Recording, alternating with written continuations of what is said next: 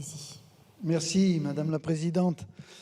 Madame la Ministre, ma question concerne la situation des arboriculteurs et de la filière fruits en général.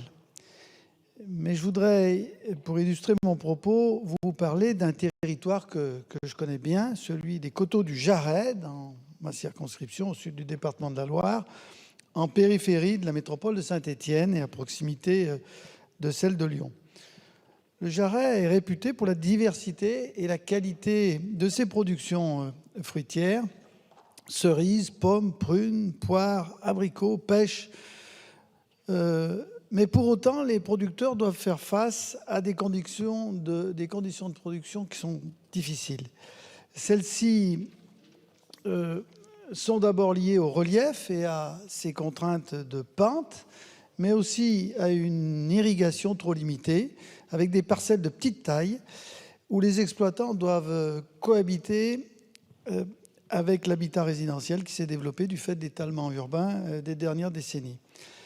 La production est particulièrement dépendante des variations et aléas météorologiques, mais aussi des distorsions de concurrence, compte tenu d'importations de fruits non soumises aux mêmes contraintes que nos producteurs locaux, lesquels subissent le poids de réglementations qui leur interdisent l'accès aux produits phytosanitaires.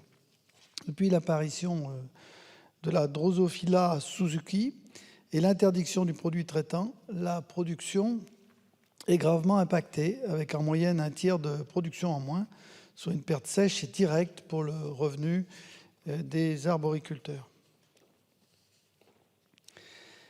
Des mesures alternatives existent, on le sait, elles s'avèrent coûteuses et difficiles à mettre en œuvre. Les producteurs se battent, je crois qu'on doit le souligner. Ils ont d'ailleurs investi, avec le soutien des pouvoirs publics, dans l'équipement de filets paragrèles et de filets moustiquaires. Mais pour autant, le territoire a perdu la... Madame la Ministre, vous le savez, les arboriculteurs sont à la croisée des chemins. Aujourd'hui, je vous interroge plus particulièrement sur deux points. L'irrigation du secteur du Jarret, c'est vital, avec un projet étudié à partir du département du Rhône qui permettrait de réapprovisionner en eau les petits réservoirs créés au fil du temps par les producteurs, par les arboriculteurs, et il n'est toujours pas réalisé à ce jour.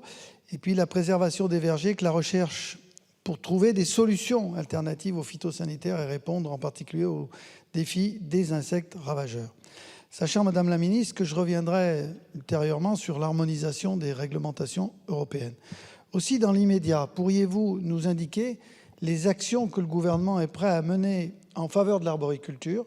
C'est indispensable si l'on veut assurer le maintien des exploitations et assurer ainsi la reprise de celles-ci par des jeunes. Je vous remercie. Je vous remercie. La parole est à Madame la Ministre déléguée. Merci, Madame la Présidente, Messieurs les députés, Monsieur le député Emmanuel Mandon. Vous attirez mon attention sur le soutien à l'arboriculture et à la filière fruits. Comme vous, Marc Fesneau et moi-même accordons une grande importance à cette filière qui fait face à un défi de taille. La moitié des fruits et légumes que nous consommons en France est importée. Le ministre, vous le savez, a co-construit avec les professionnels un plan de souveraineté fruits et légumes l'année dernière.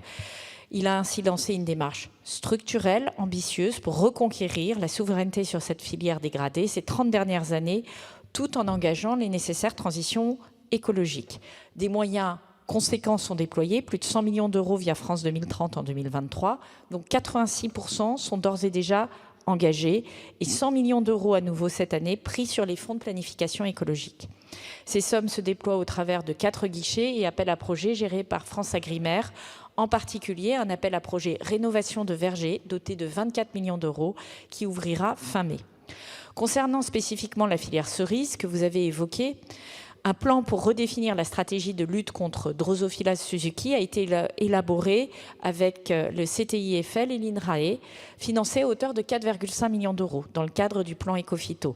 Et vous le savez, les décisions qui ont conduit à interdire l'utilisation de certaines substances sont guidées par le souci de protéger le consommateur et par le souci de protéger aussi nos points de captage d'eau et par le souci de protéger notre biodiversité.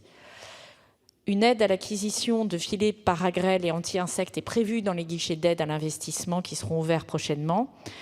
Et pour renforcer la production arboricole, nous allons continuer à planifier et anticiper. Dans cette logique, je porte, dans le cadre du Parsada, un plan massif pour soutenir des innovations de recherche sur les alternatives aux phytosanitaires. Je porte également un comité des solutions qui fait le point sur tous les écarts, vous l'avez mentionné, de réglementation, et pas tellement de réglementation, mais de produits accessibles, parce que parfois c'est pour des raisons industrielles, de produits accessibles en phytosanitaires, en fongicides, etc., entre la France et ses concurrents européens. Mon objectif est de traiter les questions de protection des cultures filière par filière sur le court, moyen et long terme, afin d'élargir la palette des solutions alternatives offertes aux agriculteurs, y compris des modalités combinatoires. Vous le savez, 250 millions d'euros du fonds phyto sont prévus en 2024, 2025 et 2026, dont 146 millions pour favoriser de façon inédite la recherche-développement dans des plans d'action de filière, auxquels s'ajoutent 300 millions d'euros de France 2030. C'est plus d'1 milliard d'euros qui sont mobilisés pour accompagner nos agriculteurs dans la transition agroécologique sur le cas particulier des phytosanitaires. Mais vous avez raison, le combat doit se mener aussi au niveau européen pour que les agriculteurs ne se trouvent pas face à une concurrence déloyale, où nous aurions une application qui soit juste du règlement européen, mais qui ne soit pas appliquée partout. Merci.